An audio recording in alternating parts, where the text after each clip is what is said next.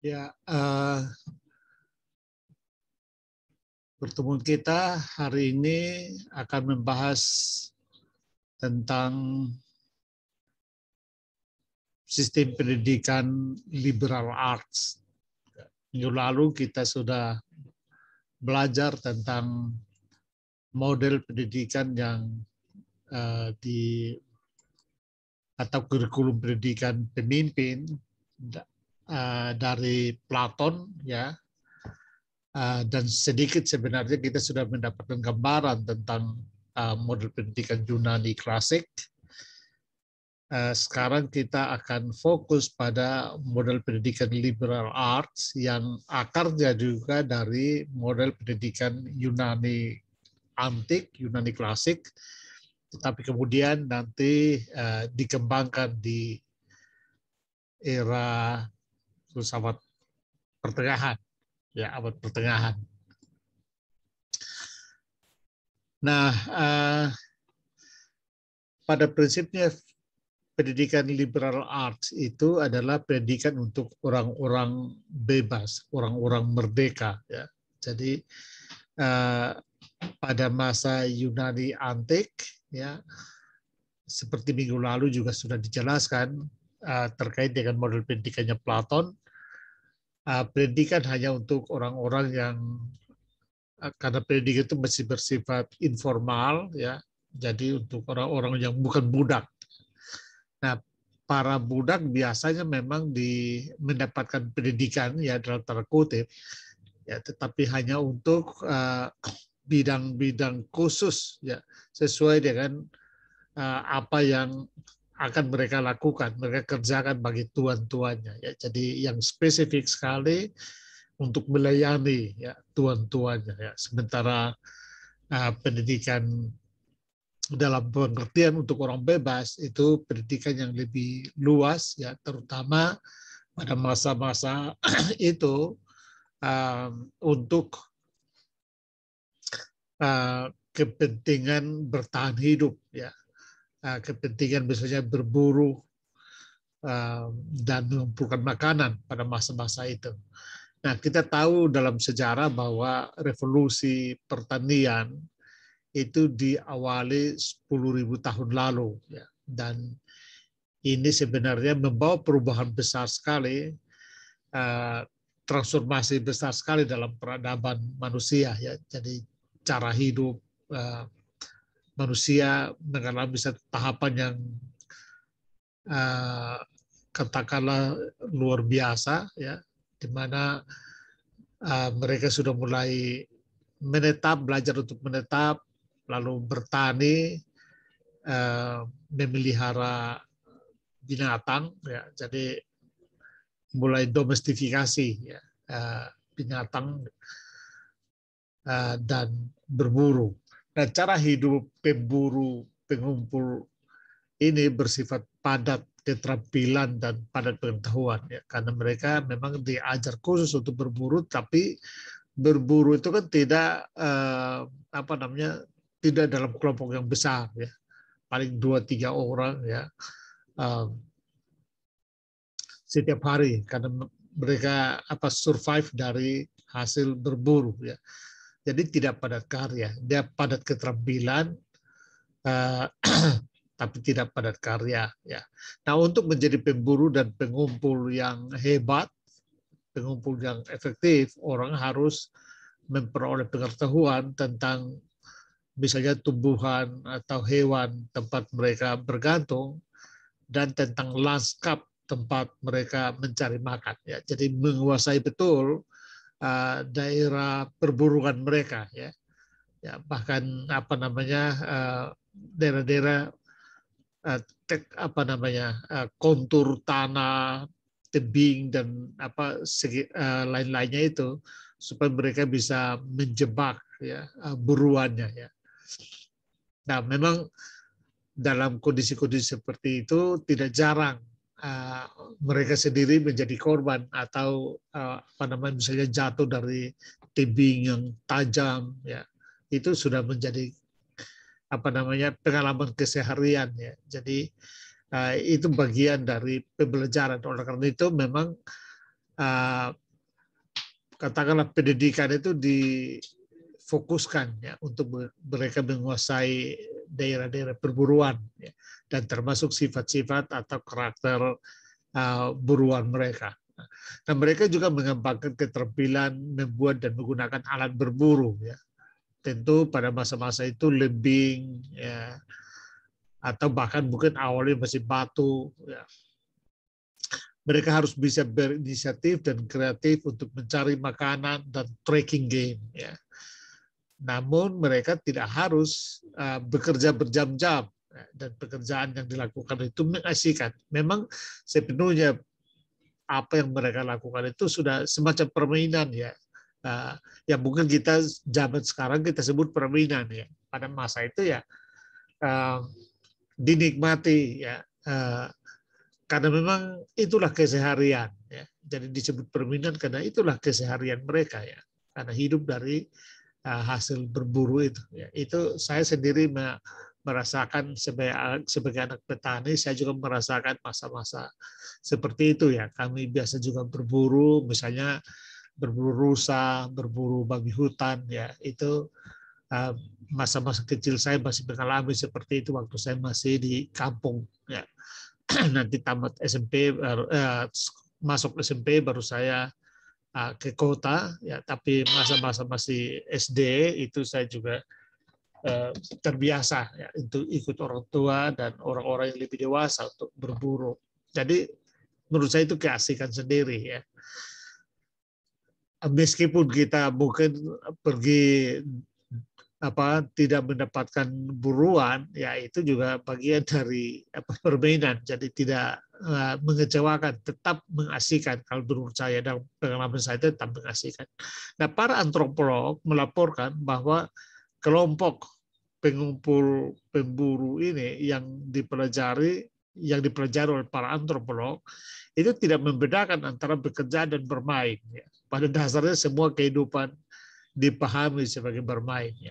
Seperti saya sudah katakan, saya alami dan saya juga rasa seperti itu ya.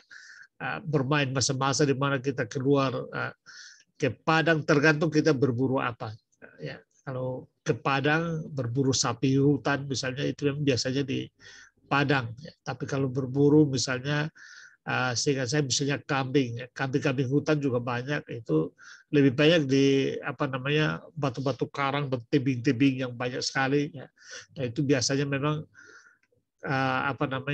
kami harus membawa mereka ke tebing ya. Jadi nanti di tebing itu baru ada kesempatan untuk kami mengepung mereka, biasanya tebing atau gua ya.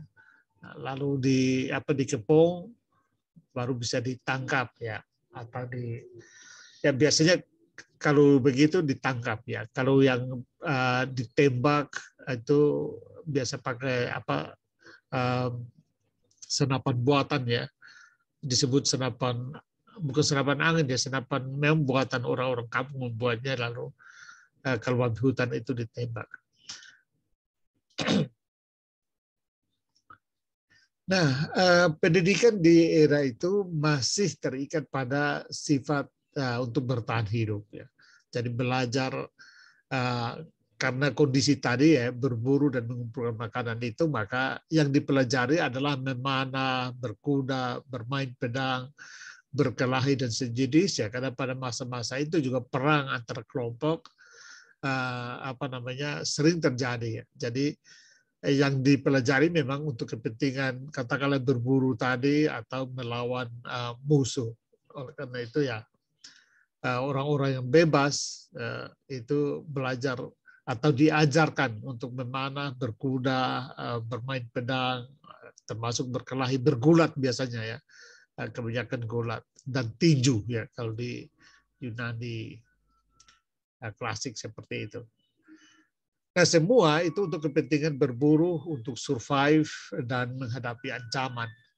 Pendidikan terutama untuk orang-orang merdeka atau free people, orang-orang merdeka yang dimaksud adalah para pemuda yang diajarkan keterampilan-keterampilan hidup dan dilakukan secara informal karena katakanlah belum ada sekolah publik ya.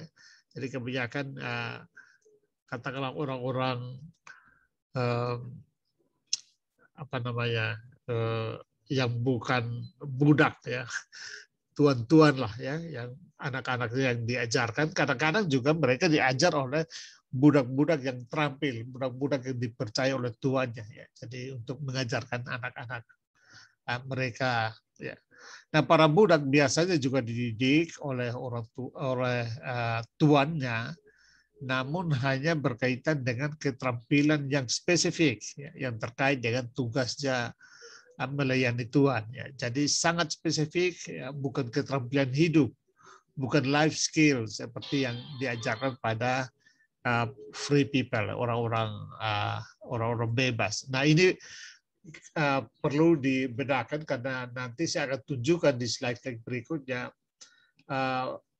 dualitas ciri pendidikan ini akan terbuat terus bahkan sampai zaman sekarang. Jadi pendidikan untuk life skill, untuk kehidupan yang lebih luas, dan pendidikan spesifik untuk melayani Tuhan. Ya, ini dua hal yang menurut saya sampai sekarang masih terjadi ya, mewarnai ciri-ciri pendidikan modern hingga saat ini.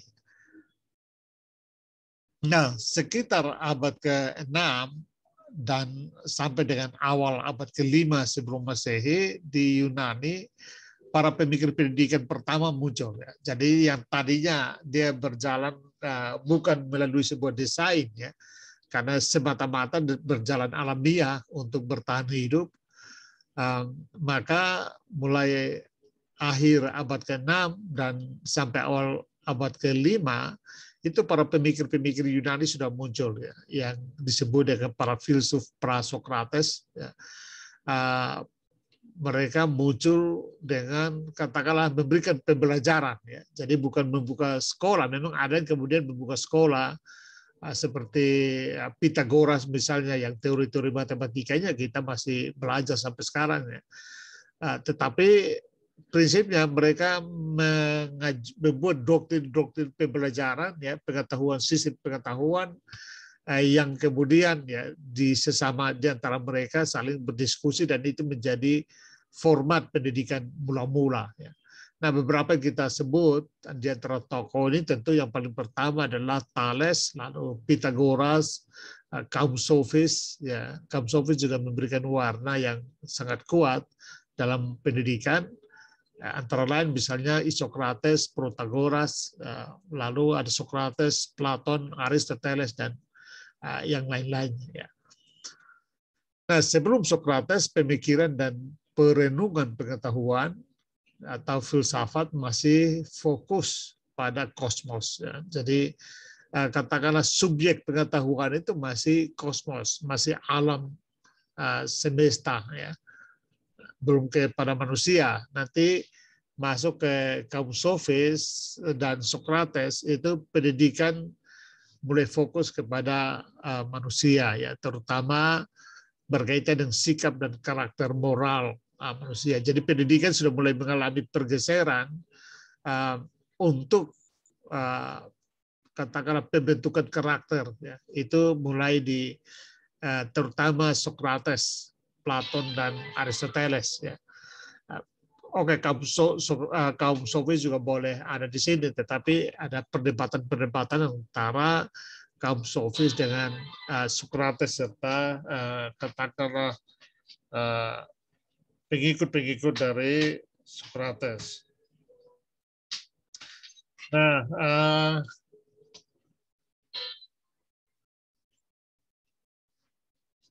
di abad ke-5 apa namanya? Di abad ke-5 sebelum Masehi di Yunani antik itu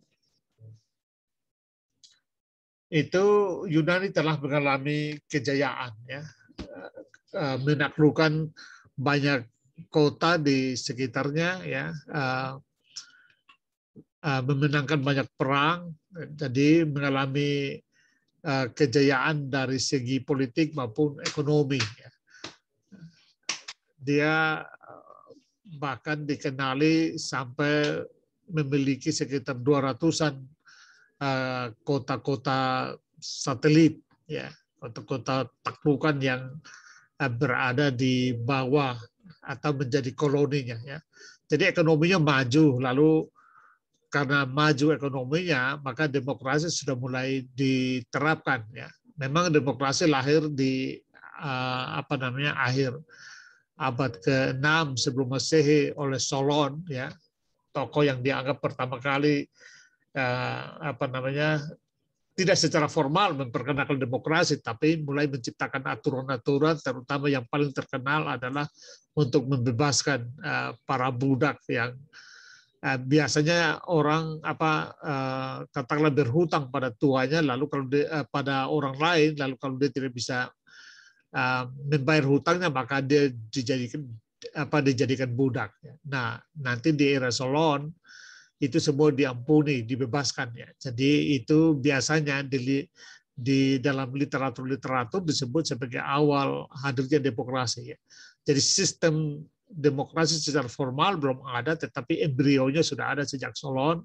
Nanti ketika Perikles menjadi katakanlah wali kota di Athena, baru secara formal ya, demokrasi diterapkan. Ya. Jadi pada masa itu kita tahu bahwa demokrasi lalu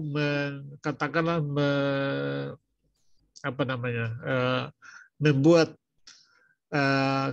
kekuasaan itu menjadi publik ya, bisa di-share ke publik ya. Artinya ada ruang bagi masyarakat, bagi publik untuk katakanlah menjalankan kekuasaan ya lewat model demokrasi.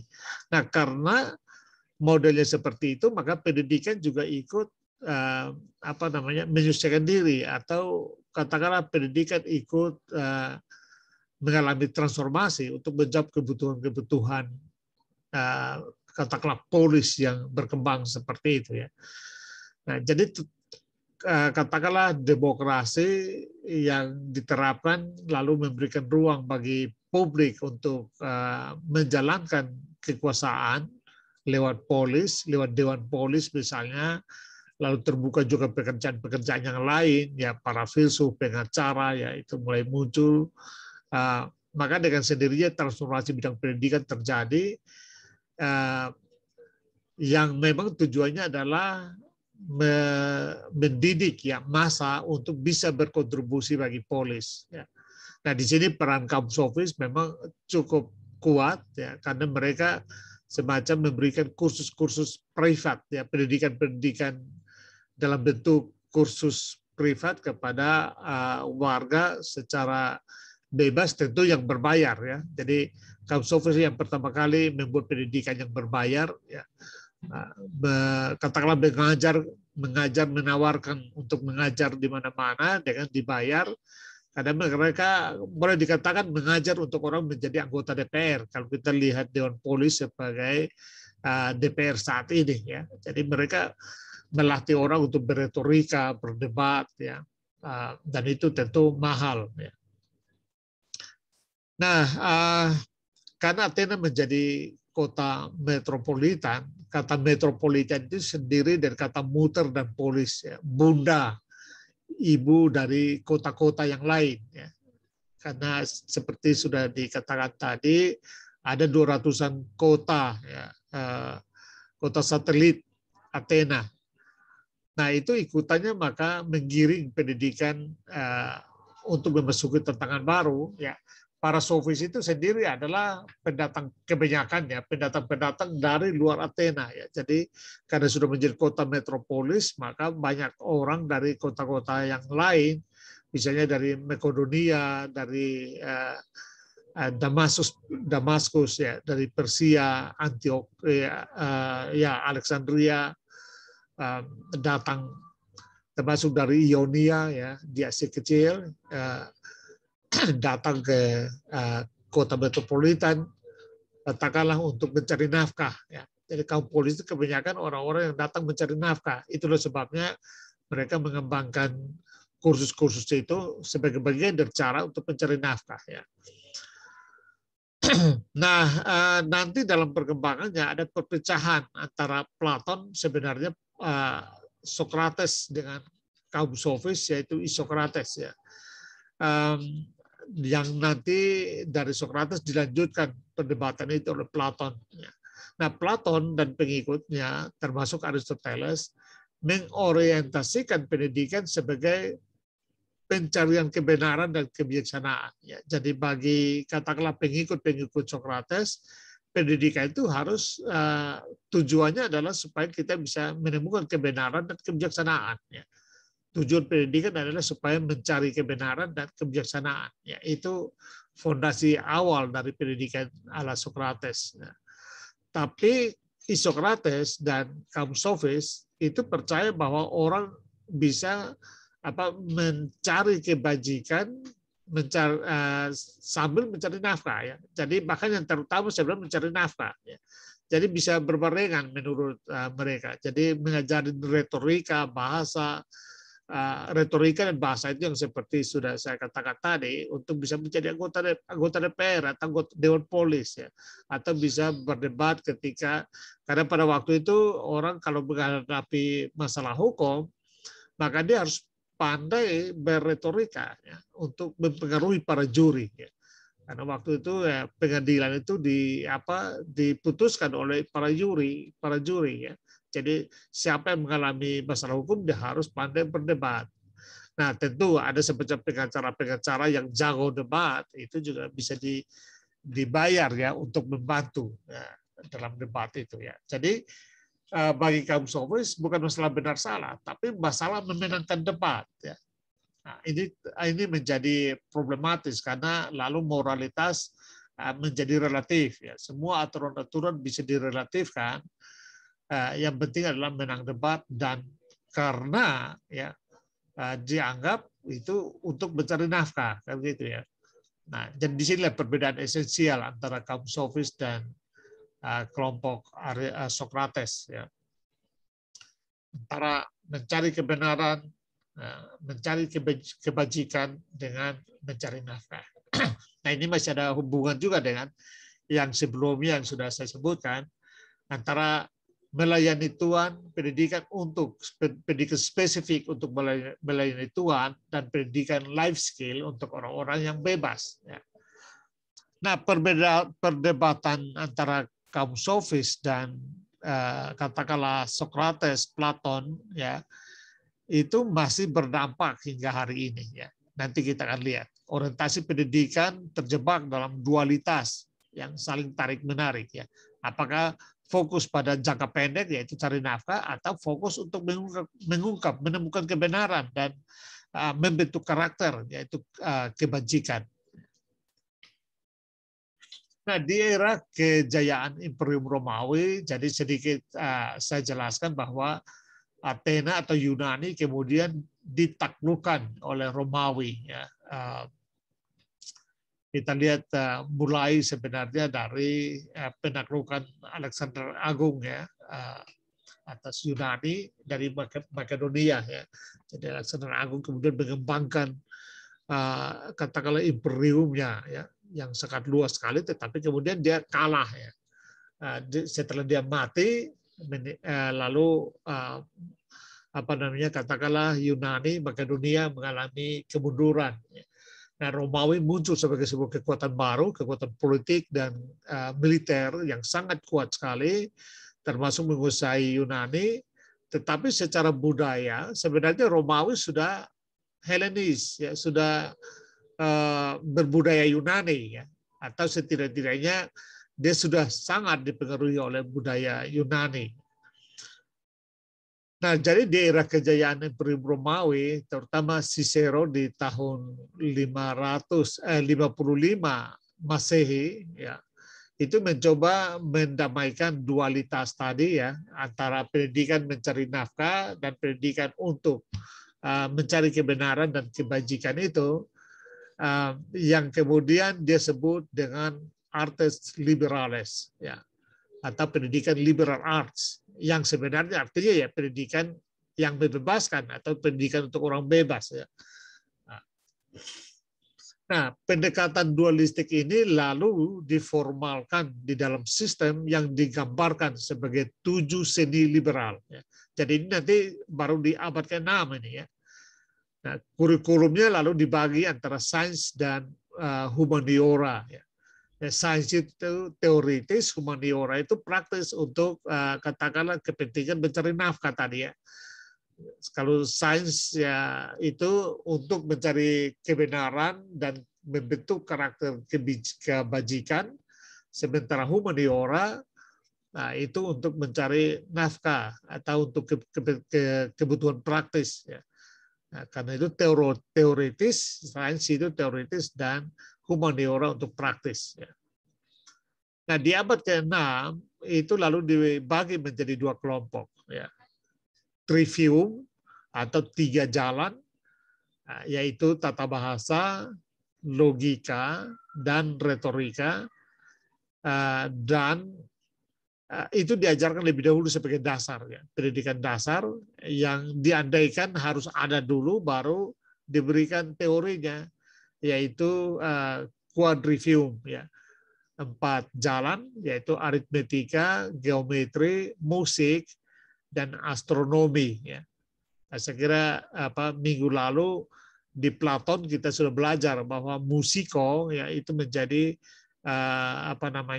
dasar ya, pengetahuan. Artinya aspek-aspek empatik itu dibentuk terlebih dahulu sebelum membentuk katakanlah logikanya. Ya. Jadi dalam modelnya Platon yang minggu lalu kita pelajari itu sampai usia ya 20 tahun itu aspek musikos ya, aspek empati, aspek disposisi hati ya, emosi itu dibentuk terlebih dahulu sebelum diajarkan logika, termasuk retorika ya, dan puncak tertingginya adalah dialektika. Nah, mengapa?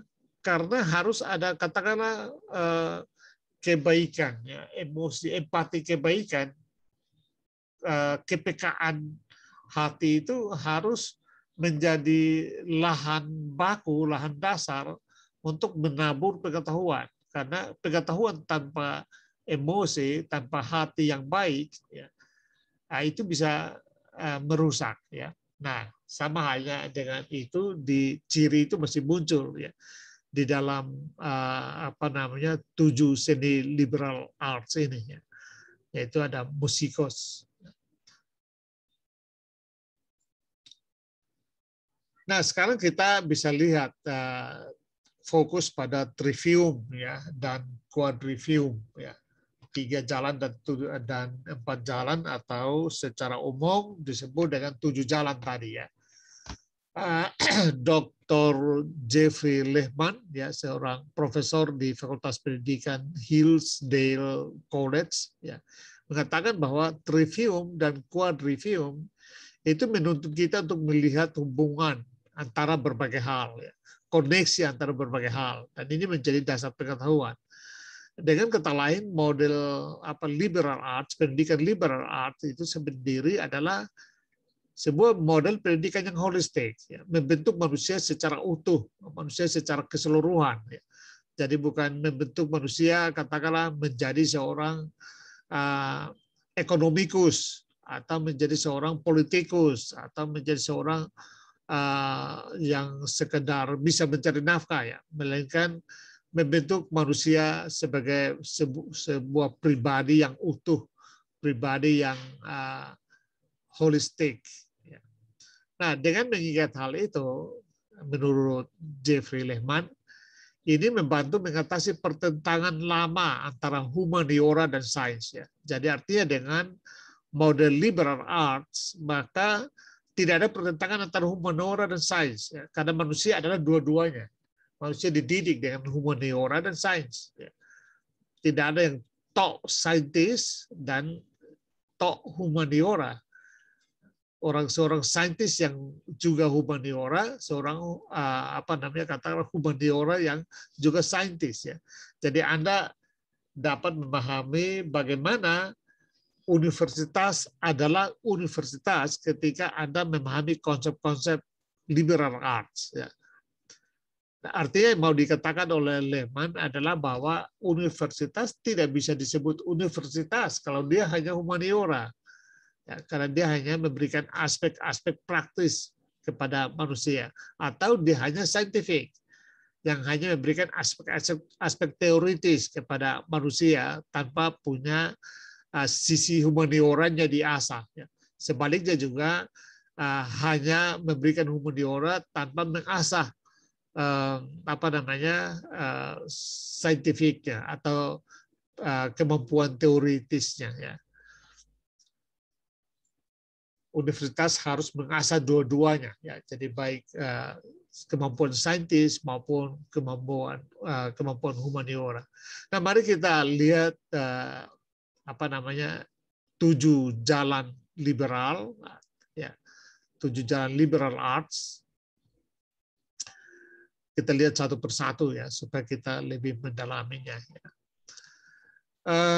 Yang pertama kita lihat trivium yang boleh dikatakan sebagai mata kuliah dasar, mata kuliah dasar umum ya, kita sebut di UKSW dengan MDU ya, mata kuliah dasar umum ya, yang yaitu ada tiga mata kuliah katakanlah begitu, yaitu logika, tata bahasa atau grammar, dan retorika ya. Nah, logika itu disebut dengan art of thinking, ya, seni berpikir. Ya. Karena kita tidak bisa memproses pengetahuan tanpa bisa berpikir. Ya. Itulah logika. Jadi itu logika dibentuk dulu, diasah dulu. Ya. Mengerti logika dulu. Ya. Nanti kita akan lihat secara detail. Ya. Lalu grammar, tata bahasa, itu adalah art of inventing and combining symbols. Ya. Seni untuk menemukan dan mengkombinasi simbol-simbol. Ya.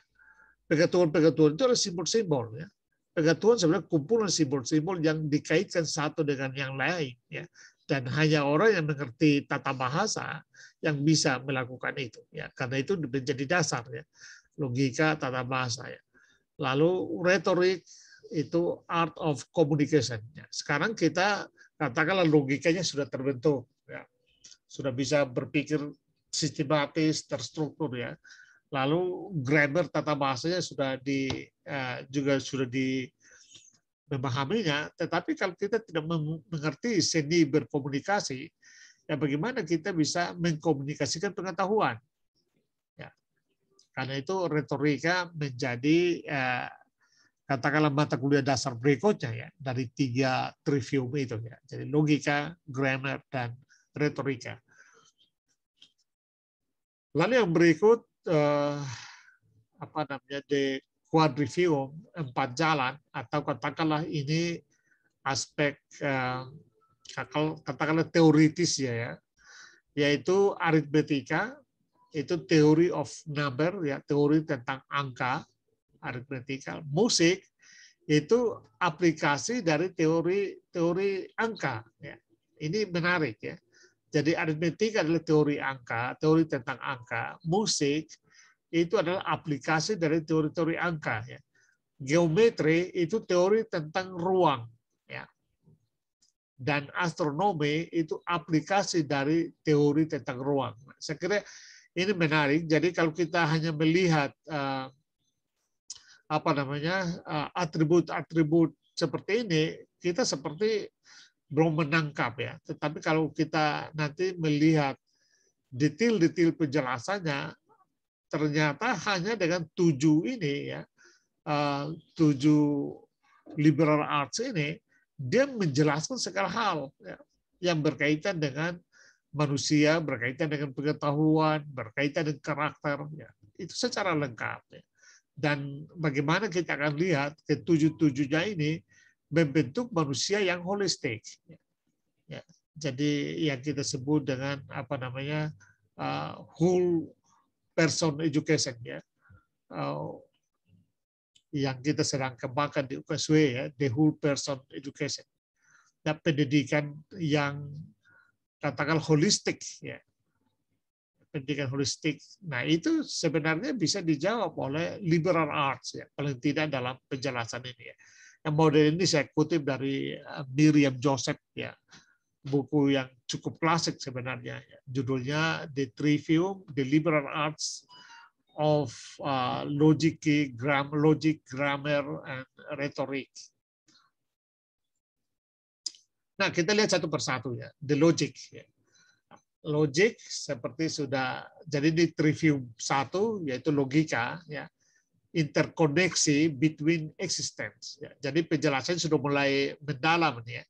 Logika itu kalau kita lihat di atas ya, tadi the art of thinking, dia tidak sekedar the art of thinking, atau ya dalam bentuk the art of thinking itu dia merupakan interkoneksi antara berbagai ekstensi, berbagai berbagai realitas. Jadi logika lah yang membantu kita untuk mengkoneksi, oh ini ada hubungan dengan ini, oh ini. Itu adalah dasar-dasar pengetahuan. Nah, logika adalah seni berpikir. Berbagai hal yang dirasakan berhubungan dan berkorelasi, terkait dan terhubung untuk digabungkan menjadi konsep atau konstruksi yang lebih besar untuk memahami keberadaan.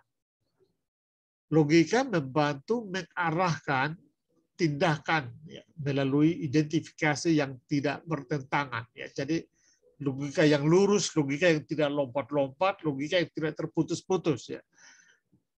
Logika ya itu yang diajarkan oleh ilmu logika. Jadi berpikir benar dengan berada dalam keseimbangan dan kenyataan untuk sampai pada berbagai kebenaran. Kebenaran hanya bisa dicapai dengan berpikir lurus, berpikir benar, berpikir yang tertata, tidak lompat-lompat. Nah, logika digunakan untuk belajar dan mengetahui lebih banyak tentang hal-hal yang pertama kali dirasakan dengan tata bahasa. Jadi kaitan antara logika dengan tata bahasa, atau katakanlah mata kuliah dasar pertama dengan mata kuliah dasar kedua, untuk sampai ke substansi yang lebih dalam dari lebih dalam ya, dari apa artinya ya. Misalnya untuk memvalidasi dan memverifikasi definisi dan identitas.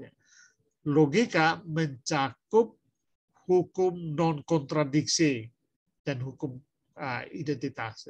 Artinya logika membantu kita untuk tidak membuat hukum non-kontradiksi itu kalau A sama dengan A, maka A adalah A. A tidak bisa, lalu misalnya A tidak sama dengan C, A sama dengan A sama dengan B, A tidak sama dengan C. Maka kita bisa menyimpulkan bahwa A adalah B. Kita tidak bisa mengatakan bahwa A adalah C, karena itu berarti itu jadi kontradiksi. Ya, itu yang dimaksud dengan hukum non-kontradiksi. Itu nanti itu biasanya kalau orang belajar falasi, ya, bentuk-bentuk falasi, ada 20-an falasi, salah satunya termasuk non-kontradiksi. Nah, mari kita lihat tata bahasa. Jadi yang pertama tadi logika, yang kedua tata bahasa. Berbicara tentang the who, what, where, dan when. Kalau logika tadi tentang the why, karena dia lebih berkaitan dengan proses, bagaimana memproses pengetahuan sebenarnya. Dia memberikan fondasi untuk memproses pengetahuan. Jadi the why. Nah, grammar itu the who, the what, the where, dan the when. Existence. Jadi dia membahas tentang eksistensi, keberadaan, baik yang eksternal maupun internal. Tata bahasa adalah seni dalam menciptakan dan menggabungkan simbol. Tata bahasa umum adalah media yang digunakan untuk komunikasi, seperti fonetik ya, untuk menggabungkan suara, ejaan untuk menggabungkan huruf, dan tata bahasa untuk menggabungkan kata, mengkombinasi kata. Ya. Jadi sudah bisa dibayangkan bahwa orang tidak bisa berkomunikasi tanpa tata bahasa. Ya, itulah sebabnya ini yang kita alami juga ya di UKSW ya. Kita tugas mahasiswa misalnya masih tidak sedikit mahasiswa yang tata bahasanya kacau ya. antara subjek dan objek. Ya. SOP-nya tidak beraturan. Ya, dalam bahasa Indonesia kan kita kenal rumus SOP ya. Nah itu menjadi sulit memahaminya ya, sulit artinya sulit mengkomunikasikan realitas kalau dengan tata bahasa yang masih kacau. Itu sebabnya liberal arts mempersyaratkan ya tata bahasa sebagai katakanlah pembelajaran dasar, mata kuliah dasar. Menetapkan norma memastikan bentuk komunikasi yang benar untuk dipahami semua orang, ya, seperti definisi kata-kata agar semua orang menyetujui maknanya. Jadi sebenarnya kan grammar, kata, konsep itu kan sebenarnya kesepakatan ya, supaya kita bisa berkomunikasi. Ya. Jadi sebuah buku disebut buku, ya kita harus sepakati, semua tahu, semua harus sepakat bahwa yang buku ya itu. Ya. Jadi ketika satu berbicara buku, semua punya pemahaman yang sama, punya imajinasi yang sama untuk menuju kepada objek yang sama. Ya. Nah, sebab kalau tanpa katakanlah kesepakatan seperti itu, maka komunikasi tidak bisa berjalan. Ya.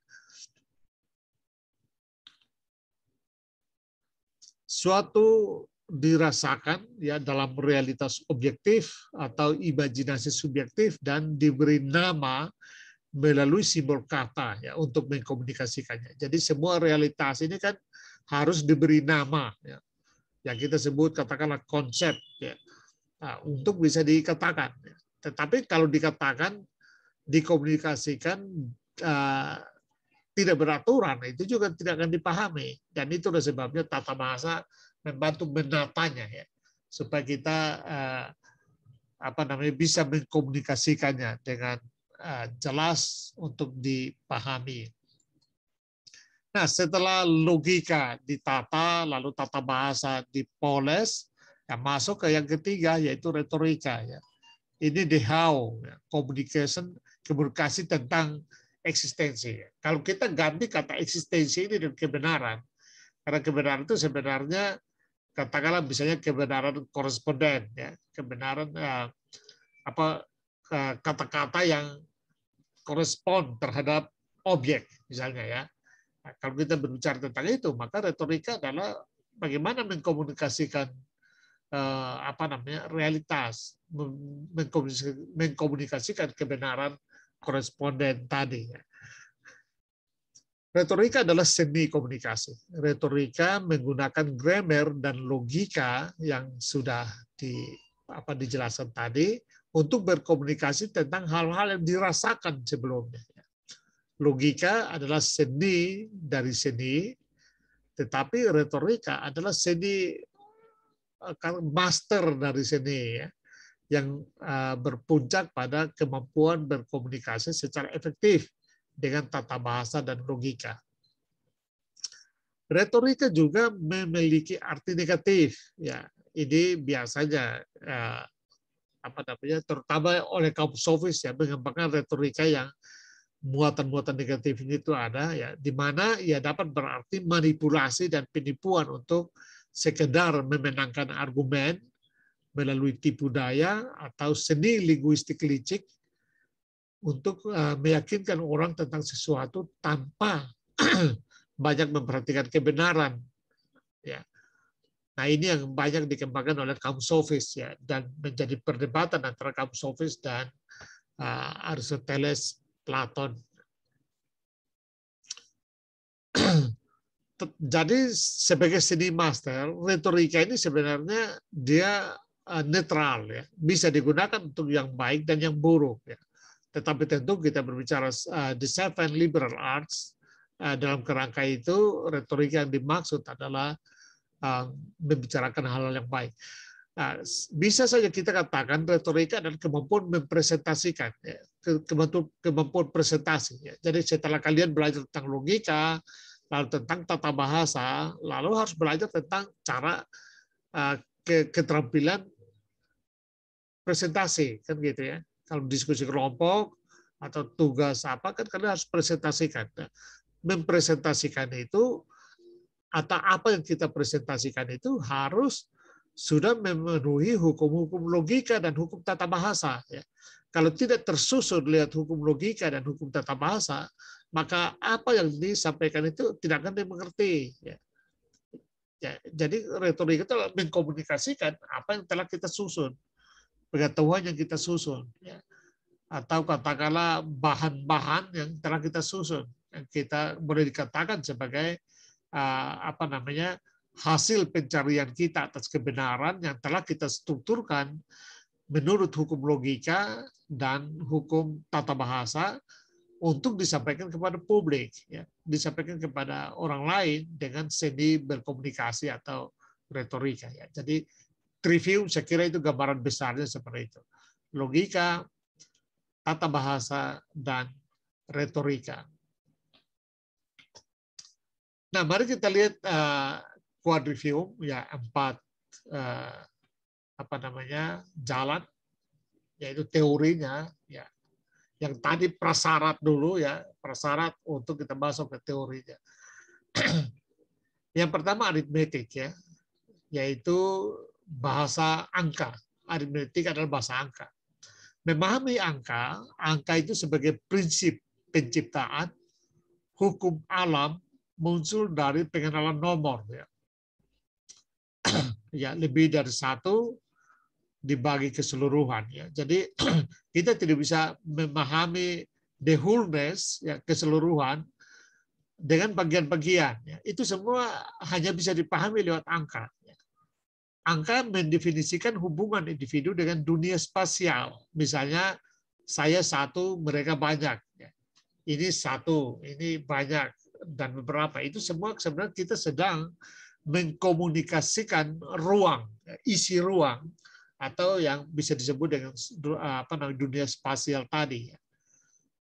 Jadi boleh dikatakan isi ruang, ya kita ruang ini beruang dalam pengertian fisika, ya, ruang dalam pengertian ruang waktu, ya. Jadi ruang adalah ya segala sesuatu di mana eksistensi itu berada. Ya. Boleh dikatakan eksistensi adalah isi ruang. Ini kita harus pahami filsafatnya dulu. Eksistensi adalah isi ruang. Isi ruang adalah eksistensi. Ya. Ruang itu sendiri adalah eksistensi, kan gitu, ya. Kita tidak punya bayangan tentang di luar ruang, ya. Sesuatu di luar ruang.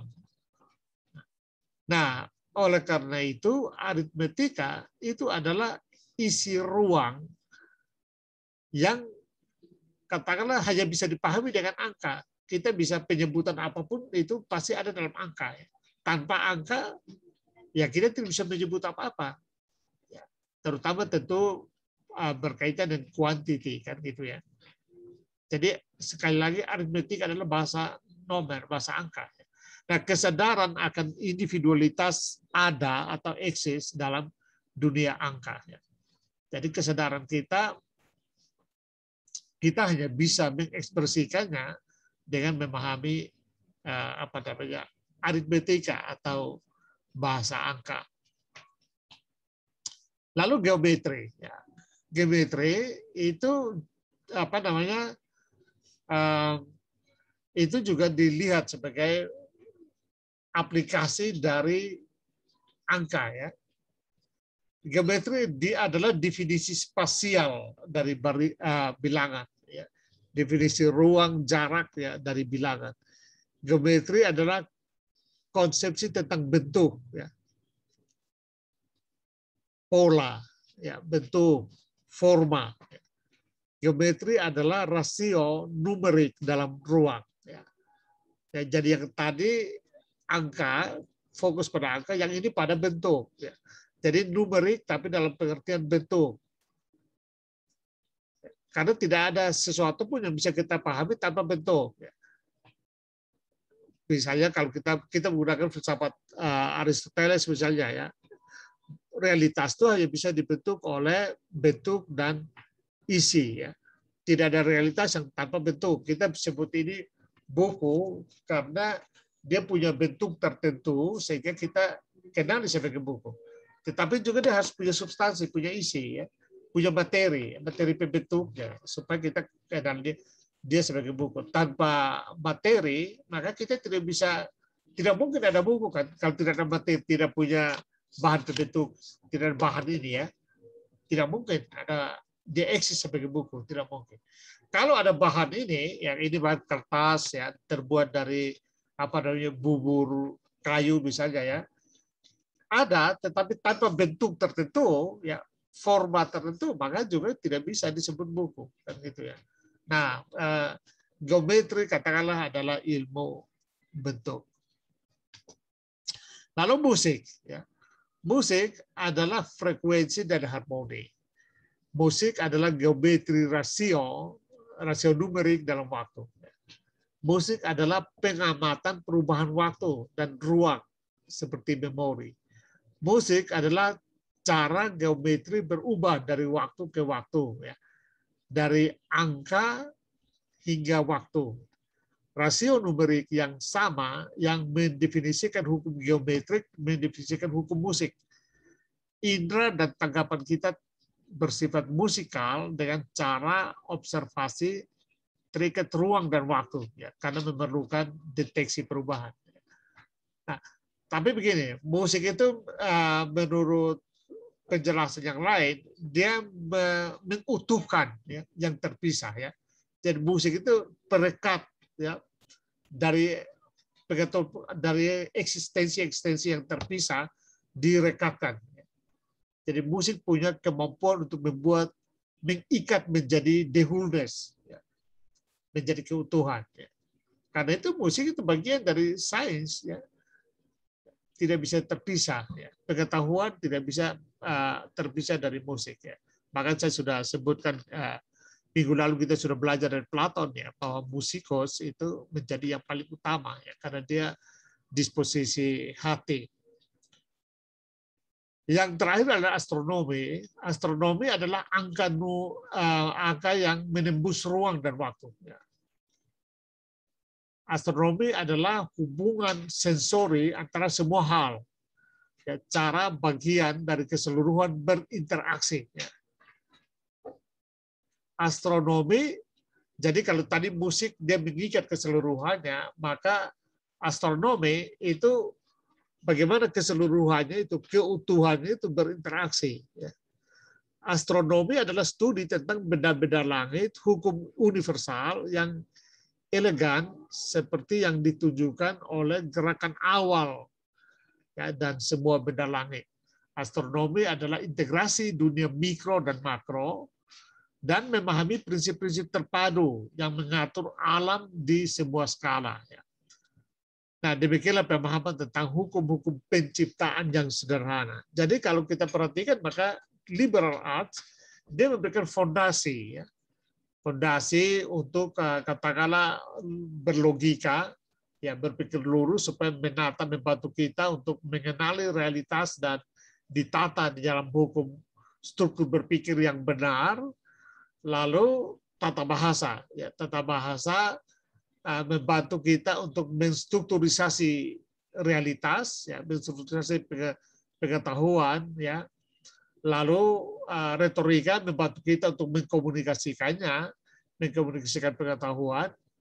Jadi itu menjadi fondasi. Setelah punya kemampuan itu sebagai dasar, baru kita mulai aritmetika, ya, geometri, musik, dan astronomi. Jadi semua adalah masih dasar untuk kita mengolah pengalaman dalam realitas. Itu esensi dari liberal arts. Nah, karena itu dia bisa digambarkan dalam skema yang seperti ini. Ya. Kita lihat apa namanya garis horizontal ini adalah pengetahuan, ya, jadi aritmetika, geometri, dan musik, ya, dan astronomi. Ya, sekali lagi, aritmetika adalah studi tentang angka-angka, geometri adalah studi tentang angka di dalam ruang. Ya, jadi aritmetika adalah aplikasi, geometri adalah aplikasi dari angka-angka. Ya. Jadi yang duluan aritmetika dulu ya sebagai angka-angka, ya, the arts of numbers, seni angka-angka, geometri adalah angka-angka, ya, aplikasi dari angka-angka tadi yaitu angka di dalam ruang, ya. Lalu musik itu studi tentang angka di dalam waktu, ya. Jadi menyatukan ruang waktu. Astronomi itu angka di dalam ruang dan waktu. Jadi disinilah keutuhan sebagai whole person itu terbentuk di sini. Tetapi dia harus didahului dengan prasyarat mengerti ini, ya, grammar, logika, dan retorika. Grammar itu adalah inputting pengetahuan, ya. Membangun dasar-dasar pengetahuan tentang who, what, when, dan where.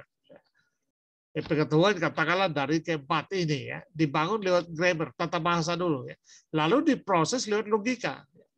Jadi untuk memahami mengapa, menganalisis, ya, melakukan filterisasi, ya, korelasi, ya, makna, tujuan, itu di dalam logika, ya.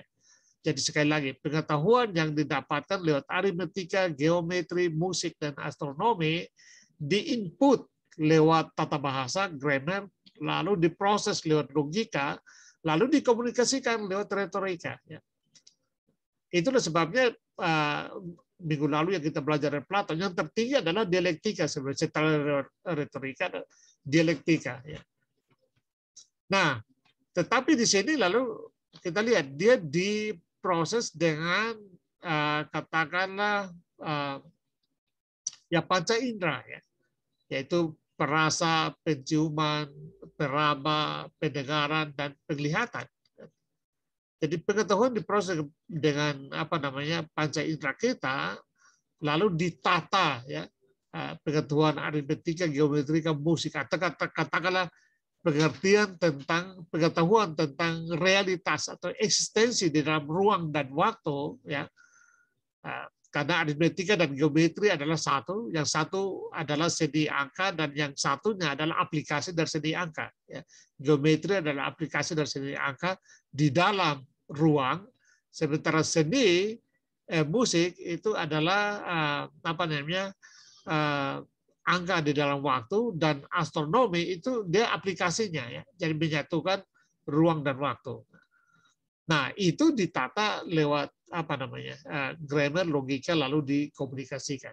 Jadi ini sumbernya saya sertakan di sini, Anda bisa mempelajarinya lebih dalam di situ, ya. Tetapi ini prinsip keutuhannya di sini, ya. Jadi melalui model ini lalu dia bisa membangun the whole person, ya, manusia sebagai sebuah keutuhan. Nah, saya harus menyampaikan sampai dengan bagaimana liberal arts itu, pendidikan liberal arts itu yang dia mencakup the whole person, ya, manusia sebagai yang utuh, ya, sistem pendidikan yang membentuk manusia sebagai sebuah keutuhan mengalami pergeseran, ya, mengalami pergeseran sampai dengan saat ini. Nanti kita lihat, ya. Itu dimulai dari revolusi industri Inggris, ya. Itu abad ke-78, ya, 7 dan 8, dan revolusi industri itu menandai perubahan yang sangat fundamental, masif di bidang pertanian, manufaktur, pertambangan, transportasi, teknologi, ya. Dampaknya sangat kuat, ya, pada kehidupan sosial, ekonomi, budaya, ya. Dan ini menjadi awal di mana tenaga kerja, tenaga manusia digantikan oleh mesin, ya. Dan itu sebabnya awalnya menciptakan semacam krisis juga di Inggris, ya, karena memang mulai dari Inggris, ya. Pengangguran mulai muncul karena orang mulai menggunakan mesin, menggantikan manusia dengan mesin. Nah, revolusi industri ini lalu meski berawal di Inggris, tetapi lalu menyebar sampai seluruh Eropa Barat, Amerika Utara, Jepang, bahkan dunia lainnya, ya, dia menyebar semuanya. Dan di sini saya kira embrio kapitalisme mulai muncul di sini, ya. Nah, sebagai akibat dari revolusi industri tadi, maka dunia pendidikan juga mengalami pergeseran orientasi, ya. Yang tadinya untuk whole person, pendidikan untuk mengutuhkan ruang dan waktu, untuk mengutuhkan manusia, ya, jadi emosi dan pengetahuannya yang praktis dan teoritis, itu lalu mengalami pergeseran orientasi dari yang berbasis liberal arts tadi ke link and match, ya. Ini sebuah konsep yang sangat terkenal di masa-masa beberapa waktu lalu ya, link and match. Ya. Jadi untuk melayani industri, ya. Link dan match dengan industri. Ya. Jadi pendidikan tinggi seolah-olah mencetak calon-calon pekerja yang siap pakai di dunia industri. Ya, dunia pendidikan seolah-olah menjadi pelayan bagi tuannya, yaitu industri. Ya. Di Jerman misalnya, lalu muncul konsep research university, sekarang juga masih dibahasakan ya, research university, itu di awal abad ke-19 ya, diusung oleh Wilhelm von Humboldt ya. Dia memperjuangkan visi tentang apa yang disebut dengan kesatuan pengajaran dan penelitian. Ini konsep yang menarik ya, menyatukan pengajaran dan penelitian. Ini memang menarik. Ya. Tujuannya adalah untuk menghasilkan pendidikan yang berfokus pada bidang pengetahuan, yaitu ilmu alam, ilmu sosial, dan humaniora, daripada tujuan pendidikan universitas sebelumnya yang fokus pada pengembangan pemahaman tentang kebenaran, keindahan, dan kebaikan. Jadi kita lihat pergeseran orientasi ini dari research university ini, lalu dia akhirnya menggeser ya, tujuan pengetahuan yang tadinya untuk meningkatkan pemahaman, mengungkap kebenaran, keindahan, dan kebaikan, ya, itu kepada tujuan pengetahuan itu sendiri, pada humaniora atau ilmu sosial atau apa namanya ilmu alam. Ya. Jadi objeknya itu pengetahuan untuk pengetahuan itu sendiri, ya, tidak lagi untuk katakanlah menciptakan karakter. Jadi fokus pada karakter itu yang sudah diletakkan sejak Socrates, ya mulai mengalami pergeseran yang tajam ya setelah munculnya katakanlah dipicu oleh revolusi industri, termasuk pergeseran liberal art dengan sendirinya. Nah, berdirilah lalu pendidikan tinggi yang vokasional, ya, lebih praktis membentuk keterampilan-keterampilan. Di Eropa maupun di Amerika muncul pendidikan vokasional ini diikuti oleh berbagai negara. Ya. MIT sendiri yang kita kenal sangat terkenal ya teknologinya. Memang awal berdirinya adalah liberal arts, tetapi orientasi praktisnya menjadi makin kuat. Ya. Kebijakan diikuti dengan kebijakan-kebijakan anggaran, terutama di Eropa dan kemudian di Amerika, itu lebih memihaki pendidikan-pendidikan vokasional. Ya, akibatnya liberal arts, banyak pendidikan fakultas liberal arts atau mata kuliah liberal arts ditutup atau terpaksa dihilangkan. Ya. Nah, itu yang terjadi di Eropa dan duluan dari Eropa, kemudian termasuk di Amerika yang hari-hari ini dianggap mengalami krisis karena liberal arts dianggap tidak profitable, ya, tidak bisa mencetak katakan lulusan yang langsung dapat kerja untuk katakanlah memberikan pemasukan bagi negara. Ya. Jadi ada kebijakan anggaran memihaki yang vokasional. Nah, jadi dalam penelitian-penelitian menunjukkan bahwa di Amerika yang liberal arts tinggal sekitar 10% ya, dari perguruan tinggi di Amerika. Yang mayoritas tadinya liberal arts, kemudian sekarang sudah lebih banyak menjadi vokasional. Nah, dengan semangat link and match, kurikulum pendidikan kebanyakan berorientasi mencetak pekerja industri. Ya, belajar seolah-olah hanya untuk memperoleh pekerjaan. Ya, saya kira banyak di antara mahasiswa juga, saya kira kalau kita bertanya apa tujuan kuliah misalnya, ya itu biasanya jawabannya adalah tujuan kuliah adalah mendapat pekerjaan yang bagus. Kan gitu. Jadi semata-mata belajar itu dikaitkan dengan bagaimana supaya dia mendapatkan pekerjaan yang bagus. Tidak berpikir supaya menjadi bijak, supaya menjadi orang yang punya pengetahuan yang luas, ya, menjadi pengabdi kebenaran, ya, tidak lagi ya hal-hal seperti itu sudah mulai pudar, ya, samar-samar, ya, dan lebih banyak orientasinya pada hal-hal yang praktis. Nah, sejak revolusi industri, liberal arts education, jadi saya singkat LAE, ya, liberal arts education, secara berangsur-angsur mengalami kemunduran di Eropa, di Amerika. Ya. Di Amerika mungkin ya kurang dari 10%. Saya baca dari bukunya Farid Zakaria yang saya kutip di slide-slide awal, nanti Anda bisa cek di situ ya. Nanti saya upload juga buku itu ya. Itu tinggal 10%. Ya. Nah sebaliknya ada kecenderungan, dan ini positif ya, di Asia ya, liberal arts education mulai berkembang ya. Salah satu yang paling terbaik ya, bahkan Farid Zakaria menyebutnya yang terbaik di dunia saat ini liberal arts adalah Yale New College di Singapura ya. Itu adalah kerjasama antara Yale di Amerika dengan NUS di Singapura, lalu membentuk Yale New College yang memang berbasiskan liberal arts ya. Jadi ada 14 kalau tidak salah 14 fakultas ya, ada fakultas hukum, fakultas teknologi dan seterusnya itu ya. Tapi liberal arts-nya 1-2 tahun pertama liberal arts, kemudian setelah itu baru dia lanjutkan ke pilih fakultas atau konsentrasi studi yang diinginkannya ya. Nah, itu yang terbaik. Karena di samping liberal arts, dia juga perspektifnya menyatukan antara filsafat barat dan timur ya. Jadi termasuk belajar tentang Konghucu, belajar tentang filsafat India ya.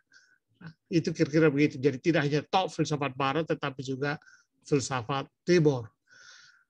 Nah, liberal arts education ini lalu berkembang juga di Cina, Jepang, Singapura, Taiwan, Filipina, ya, dan banyak. Ya. Di Indonesia masih hitung dengan jari. Setahu saya baru 3, ya, sampai dengan 1-2 tahun lalu baru 3, yaitu di UI, lalu Universitas Pendidikan Jaya, ya, lalu Universitas Pelita Harapan, kalau tidak salah Universitas Teknologi Reformasi atau G-Reform ya, juga di Jakarta, dan lainnya saya tidak, tapi saya yakin ya masih bisa hitung dengan jari ya.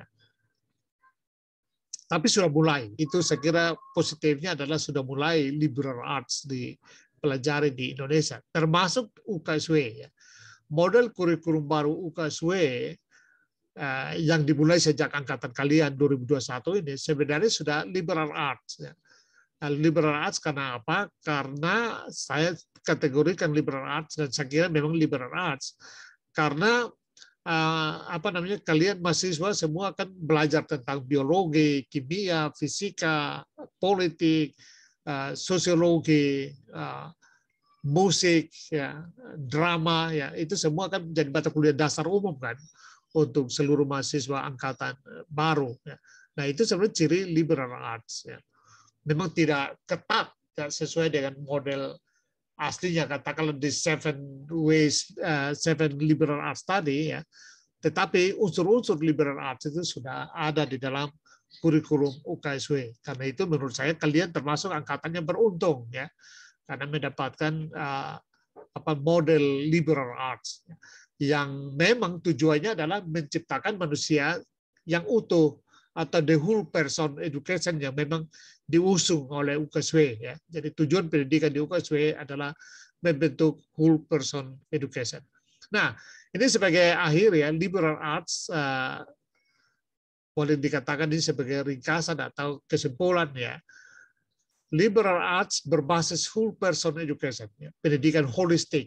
Ya, ini mengimplisitkan klaim antropologis dan ontologis tertentu. Ingat ya, dari pertemuan pertama selalu saya katakan bahwa pendidikan itu, model pendidikan, pilihan pendidikan itu sangat tergantung pada klaim antropologis dan ontologis. Ya. Kalau klaim antropologis tertentu, maka dia akan memberikan implikasi kepada model pendidikan. Ya. Jadi artinya dengan memilih whole person education atau model liberal arts, maka UKSW punya klaim antropologis tertentu. Siapa manusia itu menurut UKSW? Itu pasti ada ya. Dan apa itu realitas menurut UKSW? Ya, karena menjawab siapa itu manusia, apa itu realitas, itu akan menentukan bagaimana model pendidikan yang dikembangkan. Ya. Yang berikut, kurikulum liberal arts education mencakup sekaligus sains dan humaniora ya untuk membentuk saintis yang humanis dan pekerja sosial yang saintis. Ya. Jadi Anda, kalaupun Anda seorang teologi ya, Anda harus bisa berpikir saintis, kan gitu ya. Atau Anda misalnya seorang dari fakultas seni ya, Anda juga harus bisa berpikir saintis. Anda dari fisika misalnya ya, Anda harus bisa punya sensitivitas humaniora, ya. Bisa drama, bisa musik, kepekaan emosinya bisa terasa. Ya. Lalu yang berikut, liberal arts education membentuk lulusan yang kaya perspektif, yang terlatih memahami sebuah persoalan dari banyak sudut pandang. Jadi tidak pakai kacamata kuda untuk dengan bidang keilmuannya saja. Ya, misalnya kalau dia orang ekonomi, hanya menggunakan kacamata kuda ekonomi untuk melihat realitas, melainkan setiap realitas persoalan bisa dilihat dari sudut pandang yang lain yang dia dapatkan lewat model kurikulum liberal arts, ya, yaitu mata kuliah dasar yang banyak itu, membentuk perspektifnya. Ya. Karena masalah-masalah masa depan tidak bisa diselesaikan dengan pendekatan tunggal. Ya. Setiap masalah pada saat ini tumpang tindih antara perspektif, karena itu harus didekati secara interdisipliner, bahkan transdisipliner.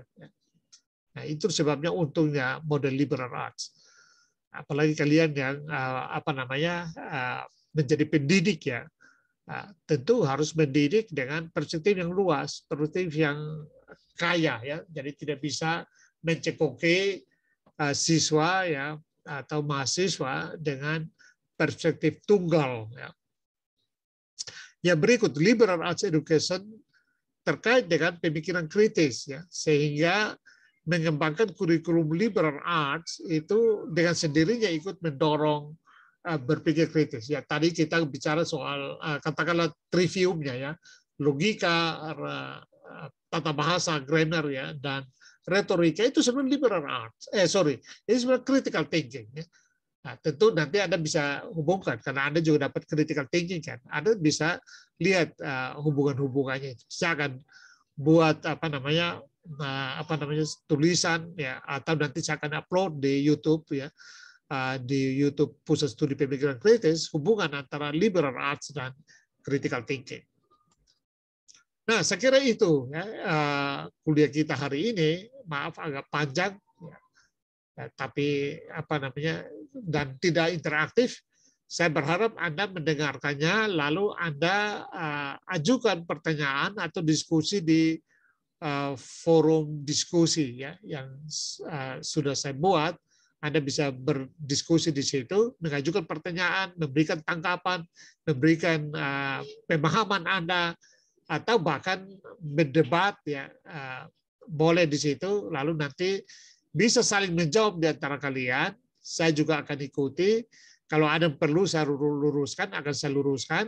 Atau ada yang perlu saya jawab, akan saya jawab. Ya. Jadi aktivitas kalian di situ saya akan lihat, pantau, dan saya catat itu sebagai bagian dari keaktifan ya Anda. Nah, seperti biasa tugas refleksi Anda seperti ini ya. Jadi pemahaman Anda, refleksikan pemahaman Anda berkaitan dengan materi ini dengan menjawab pertanyaan. Ada 2 pertanyaan ya. Apakah klaim antropologisnya ya? Siapakah manusia dan siapakah manusia dalam kurikulum pendidikan liberal arts education ya.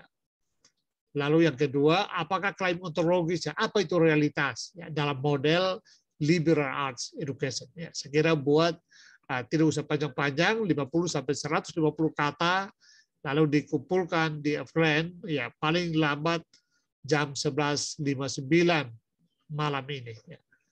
Saya kira demikian ya pertemuan kita.